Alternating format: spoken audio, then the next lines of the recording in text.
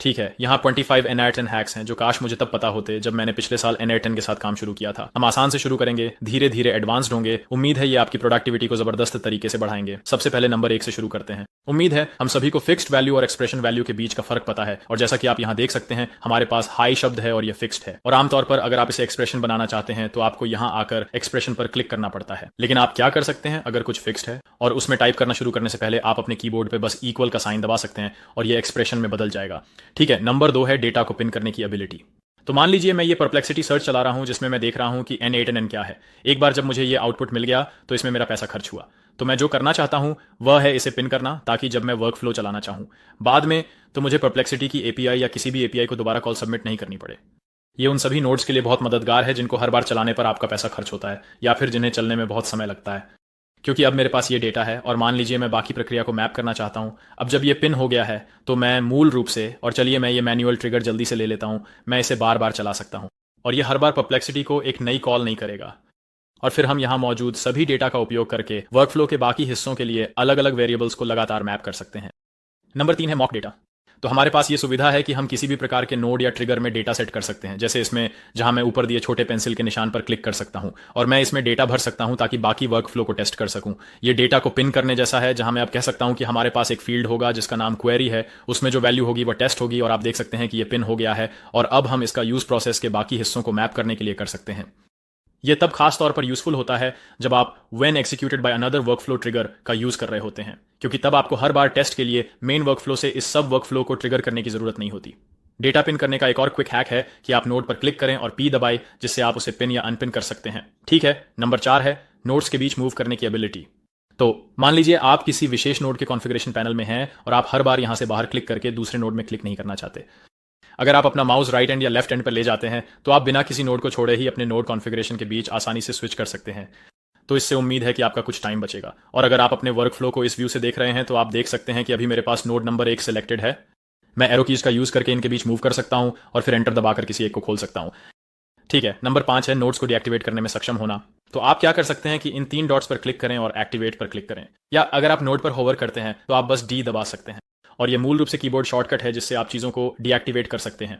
अगर आप कभी किसी वर्कफ्लो में रहे हैं और उसे टेस्ट कर रहे हैं और आपको एक छोटी एरर मिलती है जिसमें लिखा होता है resolve outstanding issues before you can trigger the workflow, फिर आप बस इस पर क्लिक करें, डीएक्टिवेट दबाएं और बाकी वर्कफ्लो को टेस्ट कर सकते हैं। 6 नंबर है ऑर्गेनाइजेशन। तो यहाँ 2 एस्पेक्ट हैं। पहला है स्टिकी नोट्स का उपयोग करना, जिसे हम यहाँ ऊपर आकर और इस तरह एक स्टिकी नोट जोड़कर प्राप्त कर सकते हैं, या अपने वर्क फ्लो में कहीं भी बस Shift+S दबाए और एक स्टिकी नोट पॉपअप हो जाएगा। जब आप उस स्टिकी नोट में होते हैं वहां लिखा होता है एडिट करने के लिए डबल क्लिक करें, और जैसा कि आप यहाँ देख सकते हैं हम मार्कडाउन का यूज कर रहे हैं। तो आप जानते हैं बोल्ड या हेडर 1, हेडर 2, हेडर 3 को मार्कडाउन के आधार पर बदल सकते हैं। तो जब भी मैं कोई स्टिकी नोट बनाता हूं, जैसे वे सेटअप गाइड्स, मैं चैट जीपीटी से उन्हें मेरे लिए बनवाता हूं। और आप यहां भी देख सकते हैं लिखा है कि आप मार्कडाउन से स्टाइल कर सकते हैं। आप अपने स्टिकी नोट्स का रंग भी बदल सकते हैं ताकि आपका वर्कफ्लो ऑर्गेनाइज्ड रहे। कभी कभी आप जानते हैं एआई नोट्स को नीले रंग में, डेटा ट्रांसफॉर्मेशन नोट्स को हरे रंग में और नोट्स को पीले रंग में रखना पसंद करता हूं, जैसा भी आप चाहें। और फिर संगठन का एक और पहलू है अपने नोट्स का नामकरण करना। तो आप निश्चित रूप से उन पर क्लिक कर सकते हैं और फिर ऊपर आकर अपने नोड का नाम बदल सकते हैं, या अगर आप इसे और जल्दी करना चाहते हैं तो बस नोड पर क्लिक करें और F2 दबाएं और फिर आप वहीं पर नाम बदल सकते हैं। 7वां बिंदु वर्कफ्लो हिस्ट्री के बारे में है। जैसे गूगल डॉक या गूगल शीट में आप पिछली वर्जन देख सकते हैं और चाहें तो उन्हें रिस्टोर भी कर सकते हैं। आपको बस इस छोटे टाइमर आइकन पर क्लिक करना है जिसमें एक तीर है और ये इस वर्कफ्लो के अलग अलग वर्जन दिखा देगा और फिर आप यहां जाकर वर्कफ्लो को रिस्टोर कर सकते हैं अगर आप चाहें। आप इसे डाउनलोड कर सकते हैं, इसे एक नए वर्कफ्लो में क्लोन कर सकते हैं, जो भी आप करना चाहें। जैसा कि आप यहां देख सकते हैं पिछले वर्जन के साथ मेरे पास इसे रिस्टोर करने का ऑप्शन है। ठीक है, 8वां बिंदु एक और कीबोर्ड शॉर्टकट है। तो अगर आप अपने वर्कफ्लो में कहीं भी हैं और एक और नोट जोड़ना चाहते हैं तो आप बस टैब दबा सकते हैं और यह उसे खोल देगा, तो आप तुरंत टाइप करना शुरू कर सकते हैं। 9वां नंबर NNN एट्रीब्यूशन के साथ है। तो मैं जल्दी से इन सभी नोट्स को फिर से सक्रिय कर देता हूं और आपको बताता हूं कि मेरा मतलब क्या है। जब आप कोई ईमेल, टेलीग्राम मैसेज, स्लैक या इन जैसी किसी भी इंटीग्रेशन के जरिए मैसेज भेजते हैं तो अक्सर नीचे लिखा आता है ये मैसेज NNN द्वारा भेजा गया था। तो आपको क्या करना है कि इस नोड में अगर आप एक ऑप्शन जोड़ते हैं तो आप अपेंड NNN एट्रीब्यूशन पर क्लिक कर सकते हैं और उसे बंद कर सकते हैं और अब आपको वो मैसेज नहीं मिलेगा। टेलीग्राम में भी बिल्कुल यही तरीका है जहां आप अपेंड NNN एट्रीब्यूशन जोड़ते हैं और उसे बंद कर देते हैं। लेकिन स्लैक में ये थोड़ा अलग है, जहां आप यहां आते हैं और ये कहता है वर्कफ्लो के लिए लिंक शामिल करें, और यही वह ऑप्शन है जिसे आप स्लैक में बंद करते हैं। तो हर इंटीग्रेशन में उनकी टर्मिनोलॉजी थोड़ी अलग होती है, लेकिन आप लगभग हमेशा उस एट्रीब्यूशन को बंद कर सकते हैं। और वैसे क्या आपने देखा कि मैंने पहले कितनी जल्दी उन सभी नोट्स को एक्टिवेट कर दिया था। खैर, नंबर 10 है वर्तमान तारीख और समय। तो मान लीजिए आपके पास एक एआई एजेंट है या कोई ऐसा नोड है जिसमें आप उसे करंट डेट और टाइम देना चाहते हैं, या शायद आप बस एक टाइम स्टैम्प अपने गूगल शीट्स में भेजना चाहते हैं। आपको बस ये मेक श्योर करना है कि आप एक एक्सप्रेशन में हैं और फिर आपको 2 कर्ली ब्रैकेट्स लगाने हैं, और फिर आप देखेंगे यहीं पर अब एक डॉलर साइन के साथ फंक्शन दिखाई देगा, और अब आपके एजेंट या आपके नोड के पास करंट डेट और टाइम की एक्सेस है। आप इसे डॉट फॉर्मेट टाइप करके फॉर्मेट कर सकते हैं और फिर आप अपनी पसंद के अनुसार डेट और टाइम देखने के तरीके के साथ खेल सकते हैं। नंबर 11 वाकई शानदार है। ये वह फीचर है जिसमें आप एपीआई कॉल करते समय अपनी क्रेडेंशियल्स सेव कर सकते हैं। परप्लेक्सिटी और तावली ऐसी चीजें हैं जिनका मैं बहुत इस्तेमाल करता हूं। ओपन एआई इमेज जनरेशन भी एक ऐसी चीज है जिसका मैं बहुत इस्तेमाल करता हूं। तो मैं हर बार जब भी ये HTTP रिक्वेस्ट सेटअप कर रहा हूं उस एपीआई की को क्यों कॉपी करना चाहूंगा? मैं ऐसा नहीं करना चाहता। तो आपको करना यह है कि जब आप यहां आएंगे तो आप अपनी ऑथेंटिकेशन कर सकते हैं। आप सामान्य चुने। अगर आपको पता है कि ये हेडर ऑन्थ है तो हेडर चुने। अगर यह क्वेरी ऑन्थ है तो क्वेरी चुने, जो भी ऑथेंटिकेशन का प्रकार है। फिर आप देख सकते हैं कि यह आपके यहां सेव किए गए सभी हेडर ऑन्थ्स दिखा देता है। और ये बेसिकली सेम वे है। आप यहां पर एक हेडर ऑन सेटअप करेंगे और आप टाइप करेंगे जैसे ऑथोराइजेशन और फिर बेरर स्पेस के साथ, उसके बाद अपनी एपीआई की। आप बस यही सब यहां पर करेंगे। जैसा कि आप देख सकते हैं मैंने बिल्कुल यही किया है और अब ये 2 काम करता है। ये हर बार सेव रहता है जब भी मैं बाद में परप्लेक्सिटी का उपयोग करना चाहता हूं। और अगर मैं इस तरह की कोई रिकॉर्डिंग बना रहा हूं तो ये मेरी एपीआई की को एक्सपोज नहीं करेगा। खासकर अगर आप अपना टेम्पलेट डाउनलोड करके किसी और को भेज रहे हैं तो आपकी एपीआई की वहां वास्तव में नहीं होगी, क्योंकि ये बस रीसेट हो जाएगा। और जैसा कि आप देख सकते हैं मैंने बिल्कुल यही काम ओपनएआई एआई के साथ यहां और तावली के साथ भी किया है। और वैसे क्योंकि मैं यहां अपनी क्रेडेंशियल्स को एक्सपोज नहीं कर रहा हूं, ये पूरा वर्क फ्लो अगर आप इसे एक्सेस करना चाहते हैं तो मेरी फ्री स्कूल कम्युनिटी में डाउनलोड के लिए उपलब्ध रहेगा। इसका लिंक नीचे डिस्क्रिप्शन में है अगर आप इन हैक्स के साथ थोड़ा खेलना चाहते हैं। और अगर आप सोच रहे हैं कि मैंने यह कैसे किया, तो मैंने जूम आउट करने के लिए 1 दबाया और जूम इन करने के लिए 0 दबाया। यह आपके लिए एक छोटा सा बोनस हैक था। खैर, नंबर 12 है एरर वर्क फ्लो। आप इस नेटिव इंटीग्रेशन एरर ट्रिगर का यूज कर सकते हैं और इसे अपने किसी भी एक्टिव वर्क फ्लो से लिंक कर सकते हैं। और ये ट्रिगर बेसिकली तब एक्टिवेट होगा जब भी वह एक्टिव वर्क फ्लो एरर देगा। इस तरह आप खुद को ईमेल या टेक्स्ट नोटिफिकेशन या जो चाहें भेज सकते हैं अगर आपके मेन वर्क फ्लो में किसी एक में एरर आती है। मैंने इस पर एक पूरा वीडियो भी बनाया है जिसे आप यहीं देख सकते हैं। ठीक है, नंबर 13 है वर्क फ्लो वेरिएबल्स। और मेरा मतलब इससे क्या है मैं आपको दिखाता हूं। आप एग्जीक्यूशन आईडी, वर्क फ्लो नाम, work flow ID, work flow active है या नहीं जैसी चीजों को एक्सेस कर सकते हैं। आप इस तरह की जानकारी वर्क फ्लो वेरिएबल्स के जरिए एक्सेस कर सकते हैं। तो अगर मैं बस इस ट्रिगर को ले लूं, इसे कनेक्ट करूं और टेस्ट वर्क फ्लो पर क्लिक करूं, तो जब हम वापस यहां आएंगे तो हम देख सकते हैं यहां एक छोटा सा सेक्शन है जिसे वेरिएबल्स इन कॉन्टेक्स्ट कहा गया है, और इसमें $नाउ, $टुडे, एग्जीक्यूशन वेरिएबल्स और वर्क फ्लो वेरिएबल्स जैसी चीजें होती हैं। ठीक है, नंबर 14 है कि जब आप एक वर्क फ्लो से सब वर्क फ्लो में डेटा भेजते हैं तो आप इनपुट्स को स्पेसिफाई कर सकते हैं। तो आपको करना यह है कि आप उस असली ट्रिगर पे क्लिक करेंगे। आप देख सकते हैं कि आमतौर पर आप क्या करेंगे, शायद बस एक्सेप्ट ऑल डेटा पर क्लिक करेंगे और यह सारी इनकमिंग डेटा को क्वेरी नाम के एक फील्ड में डाल देगा। लेकिन आप क्या कर सकते हैं कि आप यहां आकर कह सकते हैं मैं नीचे दिए गए फील्ड्स का उपयोग करके डिफाइन करना चाहता हूं, और फिर मैं कह सकता हूं आप जानते हैं मैं चाहता हूं कि ये वर्क फ्लो फोन नंबर प्राप्त करे, मैं चाहता हूं कि ये ईमेल प्राप्त करे, और मैं चाहता हूं कि ये कस्टमर का नाम प्राप्त करे, और बस इतना ही। तो ये पहले से ही आपके लिए उन 3 फील्ड्स में डाल दिया जाएगा ताकि आप बाद में उन्हें मैप कर सकें, जिससे यह आसान हो जाता है। और अगर आप मॉक डेटा का उपयोग करना चाहें तो इस पेंसिल पर क्लिक करके उन तीनों फील्ड्स को सेट कर सकते हैं ताकि आप वर्क फ्लो के बाकी हिस्से को मैप कर सकें। नंबर 15, 16 और 17 सभी एक दूसरे से जुड़े हैं। तो चलिए जल्दी से एक नजर डालते हैं। यहां हमारे पास ये है एआई एजेंट नेटरएग्जाम्पल.com को एक ईमेल भेजने जा रहा है जिसमें पूछा जाएगा कि क्या उसे रेत के साथ खेलना पसंद है। तो मैं जल्दी से इस मैनुअल ट्रिगर को ले लेता हूं ताकि हम इसे वास्तव में चला सकें। इसे वहां जोड़ते हैं और टेस्ट वर्क फ्लो पर क्लिक करते हैं। ठीक है, तो ये क्या करने वाला है, ये इस ईमेल एजेंट का उपयोग करेगा जो एक सब वर्क फ्लो है, और ये कहेगा ठीक है हमने आपके लिए वो संदेश भेज दिया। तो नंबर 15 सब एग्जीक्यूशन डेटा को देख रहा है। तो हम क्या करेंगे कि हम उस टूल पे क्लिक करेंगे जिसे कॉल किया गया था, और फिर यहीं पर हम व्यू सब एग्जीक्यूशन पे क्लिक करेंगे। तो ये उस वर्क फ्लो के वास्तविक निष्पादन को खोलता है जिसे हमने अभी कॉल किया था। और इसी तरह हम देख सकते हैं कि क्या इसने वास्तव में वही किया जो हम चाहते थे या नहीं। और आप ये देख सकते हैं कि इसने वास्तव में वह सेंड ईमेल टूल कॉल नहीं किया, और हमें यह केवल इसलिए पता चला क्योंकि हमने सब एग्जीक्यूशन डेटा देखा। क्योंकि अगर हम एजेंट में वापस आते हैं तो ये हमें बताता है कि मैंने नेट को एक ईमेल भेजा है जिसमें पूछा है कि क्या उसे रेत के साथ खेलना पसंद है। तो अब हमें लगेगा कि यह काम हो गया है, जबकि असलियत में यह हुआ ही नहीं है। तो हैक नंबर 16 है एजेंट लॉग्स। हम एजेंट लॉग्स में जाएंगे। हम मूल रूप से देखेंगे कि उसने क्या किया। सबसे पहले उसने अपने दिमाग का इस्तेमाल करके सिस्टम को पढ़ा, प्रॉम्प्ट को समझा और फिर एक्शन लिया। इस एजेंट के लिए कोई सिस्टम प्रॉम्प्ट नहीं है जैसा कि आप देख सकते हैं, तो पढ़ने के लिए ज्यादा कुछ नहीं था। फिर हम देख सकते हैं कि इसने ईमेल एजेंट को कॉल किया, और फिर हम ठीक ठीक देख सकते हैं कि इसने उस टूल को क्या भेजा और बदले में क्या मिला। और चूंकि इसने पूरी ईमेल भेज दी थी और कोई खास निर्देश नहीं दिए थे, इसलिए वह सब वर्क फ्लो थोड़ा भ्रमित हो गया था। और फिर इसने हमें यह प्रतिक्रिया भेजी जो कि ईमेल थी, और फिर मुख्य ब्रेन को उस टूल से वह प्रतिक्रिया मिलती है, और इसी वजह से उसे लगता है कि ठीक है हमने वह भेज दिया। तो मैं इंसान को बता दूंगा कि हमने ऐसा किया, और अंत में जब सब एग्जीक्यूशन डेटा देखने की बात आती है तो आप चीजों को एडिटर में कॉपी कर सकते हैं। तो अगर मैं यहाँ उस सब वर्कफ्लो एग्जीक्यूशन में वापस जाता हूँ तो मैं क्या कर सकता हूँ कि कॉपी एडिटर पे क्लिक करूँ और ये उस लाइव डेटा को ले आएगा जो हमने अभी अभी उस एग्जीक्यूशन में देखा था, और अब हम इसके साथ खेल सकते हैं। तो आप देख सकते हैं ये वही क्वेरी है जो हमारे मुख्य एजेंट से भेजी गई थी, और हम यहाँ चीज़ों को फिर से मैप कर सकते हैं और टेस्ट कर सकते हैं ताकि ये सुनिश्चित कर सकें कि सब कुछ सही है। ठीक है, संख्या 18, हमारे पास लूप नोड्स में मानव है। तो अगर मैं इन्हें जल्दी से फिर से सक्रिय कर दूं और अगर मैं टैब दबाऊं तो आप यहां देख सकते हैं हमारे पास human in the loop nodes हैं, जो मूल रूप से ये कहते हैं कि आगे बढ़ने से पहले अनुमोदन या मानव इनपुट का इंतजार करें। और आप ये डिस्कॉर्ड, ईमेल, गूगल चैट, इन सभी चीजों, इन सभी इंटीग्रेशनों के साथ कर सकते हैं। और मूल रूप से इसका मतलब ये है कि हमारे पास यह ऑपरेशन है जिसमें हम कुछ भेजते हैं जैसे कि डिस्कॉर्ड में, और फिर हम मानव के जवाब का इंतजार करते हैं। तो चलिए जल्दी से देखते हैं कि यह स्लैक में कैसा दिखता है। इस मामले में हम सिर्फ एक अप्रूवल भेज सकते हैं, जो बस एक बटन होगा जिस पर हाँ लिखा होगा। हम अप्रूवल के प्रकार को बदल सकते हैं ताकि उसमें अप्रूव और डिसअप्रूव दोनों बटन हो, सिर्फ अप्रूव बटन के बजाय।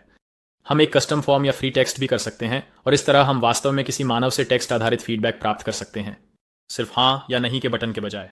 मैंने इस ऑपरेशन को NNN में विस्तार से समझाते हुए एक पूरा वीडियो बनाया है, तो अगर आप वह देखना चाहते हैं तो यहीं देख सकते हैं। ठीक है, नंबर 19 है कि हमारे पास इनपुट्स को स्टैंडर्डाइज करने की क्षमता है। तो मैं इन दोनों नोड्स को जल्दी से एक्टिवेट कर देता हूं और आपको समझाता हूं कि क्या हो रहा है। तो हमारे पास एक AI एजेंट है जो यहाँ एक फील्ड के लिए सुन रहा है जिसका नाम है json.message.text। और अगर हम टेस्ट वर्कफ्लो पर क्लिक करें और अब हमारा टेलीग्राम ट्रिगर हमारे लिए सुन रहा है और मैं इसे खोलता हूं और कहता हूं हाय, तो हम देख सकते हैं एजेंट उस संदेश को प्राप्त कर लेगा और उसे प्रोसेस कर पाएगा, क्योंकि वह टेलीग्राम के माध्यम से एक फील्ड में आता है जिसका नाम है json.message.text। लेकिन अगर हम native end to end chat खोलें और हाय कहें तो इसमें एरर आ जाएगा, क्योंकि कोई प्रॉम्प्ट निर्दिष्ट नहीं है। क्योंकि नेटिव चैट में जो आता है वह एक फील्ड होती है जिसे चैट इनपुट कहा जाता है। तो यहां विचार यह है कि इनपुट को मानकीकृत किया जाए ताकि आप एजेंट के साथ कई प्रकार के संवाद कर सकें। तो मुझे बस इतना करना है कि मैंने जो सेट नोड बनाया है उसे हमारे end to end AI agent से जोड़ना है, और ये क्या करेगा कि इस संदेश को लेकर उसे उस फील्ड में डाल देगा जो इस फील्ड से मेल खाती है, और फिर हम तैयार हो जाएंगे। तो अगर मैं कहूं हाय, अब हम देख सकते हैं एजेंट इसे प्रोसेस कर पाएगा, क्योंकि ये एक फील्ड में आता है जिसे json.message.text कहा जाता है। ठीक है, नंबर 20 है एरर होने पर भी जारी रखें का विकल्प। तो हमारे पास यहाँ इस कोट नोड में 3 URL हैं, मैकडोनल्ड्स, चिपोटले और एक फेक URL। तो अगर हम टेस्ट वर्कफ्लो पर क्लिक करें तो हम देख सकते हैं कि यह उन सभी पर लूप करेगा और अंत तक पूरा कर देगा। और मूल रूप से कहें, ठीक है, यहां है उस पहले वाले का HTML कंटेंट, फिर यहां तीसरे वाले का, और फिर यहां आखिरी वाले का। लेकिन जो आपने नहीं देखा वो यह है कि उस तीसरे फेक URL का रन असल में काम नहीं किया। हमें 404 एरर मिला, लेकिन पहले 2 असली HTML के साथ वापस आ रहे हैं। और इसका कारण कि इसने पूरे वर्कफ्लो को नहीं रोका, तो वह यह है कि इस नोड की सेटिंग्स में हम इसे बता रहे हैं कि एरर होने पर भी जारी रखें, पूरे वर्कफ्लो को रोकने के बजाय। तो अगर मैं इसे वापस वर्कफ्लो रोकें पे बदल दूं तो ये क्या करेगा कि ये बस टूट जाएगा और फिर ऑटोमेशन कभी पूरा नहीं होगा, जैसा कि आप देख सकते हैं। भले ही तीसरा वाला काम नहीं किया, लेकिन पहले 2 फिर भी काम कर गए। तो कल्पना कीजिए कि आपके पास 1000 लोगों की लीड लिस्ट है जिसे आप प्रोसेस करने की कोशिश कर रहे हैं, और अगर 1000वां वाला फेल हो गया तो आप लगभग सारा डेटा खो देंगे। खैर, वास्तव में ऐसा नहीं होगा, क्योंकि जैसा कि हम जानते हैं आप इसे एडिटर में कॉपी करके अब भी एक्सेस कर सकते हैं, लेकिन यह परेशान करने वाली बात होगी। और फिर इसी बात से आगे बढ़ते हुए आप ये भी कर सकते हैं कि एरर आने पर भी उसे एरर आउटपुट के साथ जारी रखें।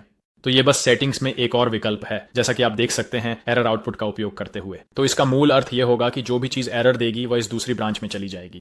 तो हम मूल रूप से कह सकते हैं, ठीक है, जो भी चीज सही है हम उसे इस रास्ते से वापस भेज देंगे, लेकिन अगर उसमें एरर आती है तो हम खुद को एक ईमेल भेज देंगे और कहेंगे अरे इस URL में एरर आई है। और यह सिर्फ HTTP रिक्वेस्ट या AI एजेंट नोड तक ही सीमित नहीं है, लगभग हर नोड में NNN के भीतर यह फंक्शनैलिटी मौजूद है। अब कुछ और सेटिंग्स की ओर बढ़ते हैं जिनका आप इन नोड्स में प्रयोग कर सकते हैं। ये सभी नोड के अनुसार थोड़े थोड़े अलग होते हैं जिनके साथ आप काम कर रहे हैं। तो जब भी आप ये वर्कफ्लो सेटअप कर रहे हो तो जरूर एक बार ध्यान से देखें। लेकिन अपनी सेटिंग्स में आप SSL सर्टिफिकेट्स रख सकते हैं। अगर ये HTTP रिक्वेस्ट के साथ है तो आप इसे हमेशा डेटा आउटपुट करने के लिए सेट कर सकते हैं, क्योंकि कभी कभी ऐसा हो सकता है कि यह कुछ भी रिटर्न न करे, लेकिन आप फिर भी चाहते हैं कि प्रक्रिया आगे बढ़ती रहे। आप इसे केवल एक बार एग्जीक्यूट होने के लिए भी सेट कर सकते हैं। मेरे कुछ वर्कफ्लो में मुझे पता नहीं था कि यह विकल्प है। मेरे पास 3 आइटम्स आ रहे थे, मैं उसे 1 तक सीमित कर देता था और आगे बढ़ जाता था। मुझे बस इतना करना था कि एग्जीक्यूट वंस पर क्लिक कर दूं। इसमें रीट्राई और फेल का विकल्प भी रख सकते हैं और तय कर सकते हैं कि क्या करना है, कितनी बार करना है और कितना इंतजार करना है। लेकिन जैसा कि मैंने कहा, हर नोड की सेटिंग्स थोड़ी अलग होती हैं। यहाँ हमारे पास SSL सर्टिफिकेट्स नहीं है, एक जाहिर है। यहाँ हमारे पास डुप्लीकेट आइटम नामक एक आइटम है, तो आप इसे बता सकते हैं कि किसी चीज को कितनी बार डुप्लीकेट करना है। और मुझे लगता है कि इसका मुख्य उपयोग टेस्टिंग और डिबगिंग के लिए किया जाता है। और फिर आप यहाँ नीचे नोट्स भी छोड़ सकते हैं जो असल में नोड की कार्यक्षमता में कोई बदलाव नहीं करते। ये बस उस स्थिति के लिए है जब आप कोई टेम्पलेट भेज रहे हो या आपकी टीम का कोई सदस्य इस वर्कफ्लो को देखना चाहता हो। आप यहाँ कुछ महत्वपूर्ण नोट्स छोड़ सकते हैं। ठीक है, नंबर 23 ये है कि हम अपने एजेंट्स के साथ संरचित आउटपुट प्राप्त कर सकते हैं। तो यहाँ मैं इसे 4 कहानियां आउटपुट करने के लिए कह रहा हूं और हम देखेंगे कि ये 4 अलग अलग सीन एक ही आइटम एक ही ऑब्जेक्ट में आउटपुट करता है। जैसा कि आप यहाँ देख सकते हैं, ये हमारी 4 अलग अलग कहानियां हैं। गुम हुई चाबी, आखिरी पत्ता, आधी रात की बेकरी, क्वांटम लीप।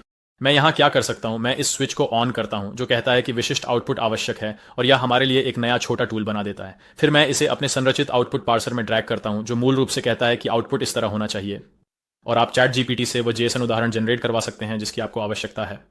और अब अगर मैं इसे चलाता हूं तो ये 4 अलग अलग छोटे ऑब्जेक्ट्स में आउटपुट देगा। तो लीजिए, ये अभी अभी पूरा हुआ और अब हम देख सकते हैं कि हमारे पास 4 सीन हैं, और अब मैं चाहूं तो उन्हें अलग अलग बांट सकता हूं और उन्हें व्यक्तिगत रूप से प्रोसेस कर सकता हूं, या जो भी मैं उनके साथ करना चाहूं। ठीक है, तो नंबर 20 एक छोटा सा फंक्शन है जो हम एक एरे के साथ कर सकते हैं। तो यहां पर हमारे पास फूड्स की एक लिस्ट है जिसमें है सेब, केला, स्टेक, और फिर अगर मैं यहां आता हूं, अगर हम इसे बेसिकली आउटपुट कर रहे हैं तो ये एक अजीब बदसूरत तरीके से आता है जिसे कहा जाता है सेब, केला, स्टेक।